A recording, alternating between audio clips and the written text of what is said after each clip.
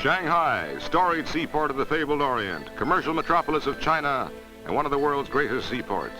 In 10 years, its population doubles to a seething 7 million people, with everyone fighting for his own existence and struggling to earn the necessities of life. With tremendous increase in export and import trade, Suzhou Creek is the scene of congestion and fever heat activity as riverboats push their way up and down the waterways, busily engaged in loading and unloading much-needed cargoes.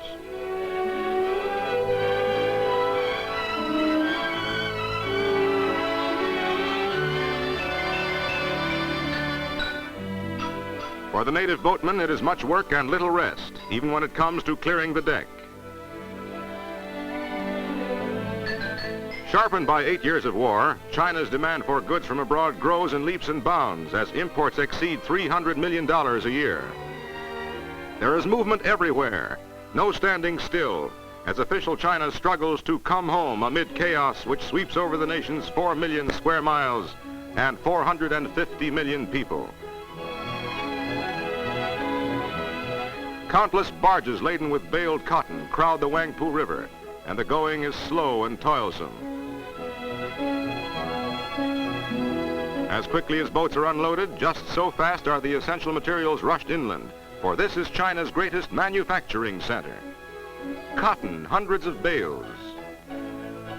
Drums of gasoline by the thousands, tins of kerosene, cases of medical supplies, and 1,001 essentials are gobbled up in China's hungry maw.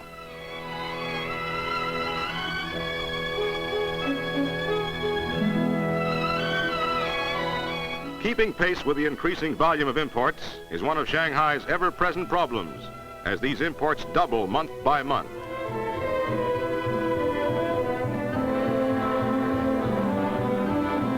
American gunboats ride at anchor in the shadow of Shanghai's waterfront.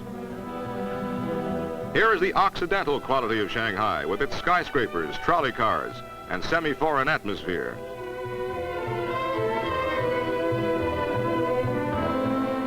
With leaders striving to stem China's constant economic chaos, Shanghai bulges with milling crowds, vehicles of all sorts, and the familiar rickshaw. Shanghai streets present a mass of pushing, rushing pedestrians, all forming a human barrier to speed on every avenue and road. As the population continues to soar to unbelievable heights, so too bounces the cost of living to more than 5,000 times pre-war levels. Speculative activity still is great, and common everyday goods are scarce.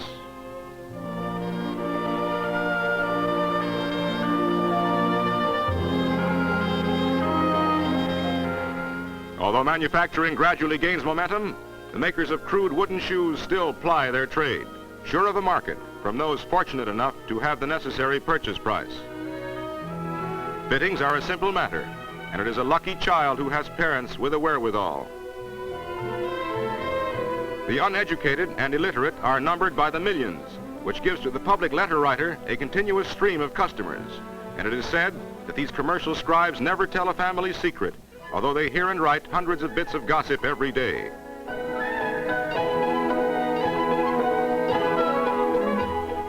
Openly vending their smuggled or pilfered goods, the black marketeers are one of the big problems for Shanghai civic leaders. Handbags for the ladies, fountain pens, keychains, cigarette holders, and knickknacks for the men. Nylon stockings, all sizes and shades. Watches and jewelry for those who can afford them. Perfumes and cosmetics for the ladies. And canned goods by the thousand. Canned vegetables are much in demand, as even the black market prices are lower than those asked by the farmers who struggle to grow fresh vegetables and laboriously cart them to the marketplace. Also in this conglomeration of black market goods are hundreds upon hundreds of packages and cans of GI rations, all selling to eager buyers at a fairly low price. Another problem causing great speculation in this vast city on the west bank of the Yangtze River is the low value of the Chinese dollar. The wealthy speculate with gold articles and gold bars when the price of gold is right. Then when gold goes down, they buy it back. When these scenes were filmed, the value of the Chinese dollar had shrunk from 2 to 2,000 for $1 American money.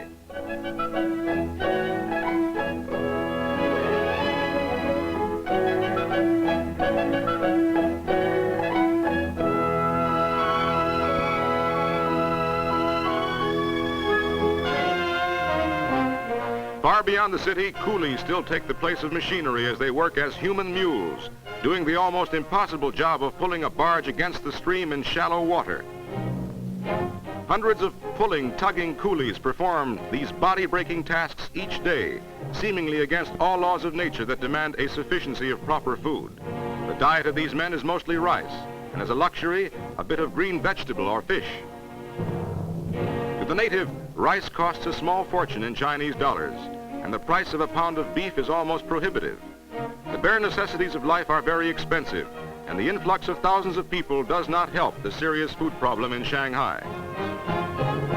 Nevertheless, these coolies survive, and in a continuous line laboriously transport steel for China's mills, pipelines, electrical, mechanical, and chemical equipment for its industries, and huge logs for its factories.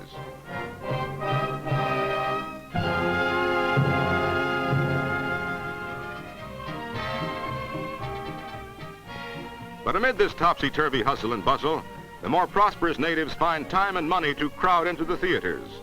Their taste varies, from the tree-hurdling Tarzan to the more complacent atmosphere of Kismet.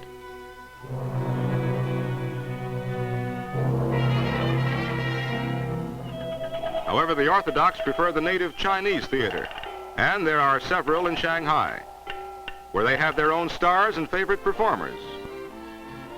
New neon lights and red Chinese characters flash by night, but there is little real gaiety among the people.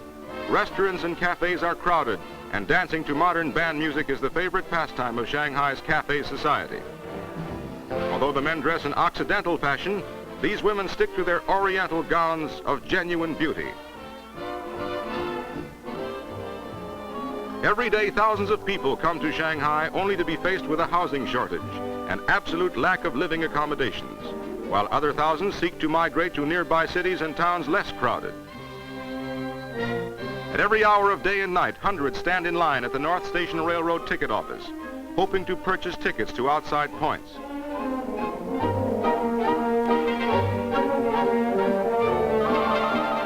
They cook and eat their rice wherever they may be, for many wait 2 and 3 days before succeeding in buying a ticket. Some entire families stay at the station for days, and baby is fed while daddy waits in line. Outside the station, the situation is even worse, and incredible as it may seem, some sprawl out on the sidewalks and sleep as they wait. Many trains are not merely hours late, but days behind, and schedules are as much of a jumble as the city itself. Others too poor to have railroad fare start their migration on foot, carrying all their worldly belongings and dragging their weary bodies to somewhere, anywhere, where they can start life anew, away from the city of disarray and chaos.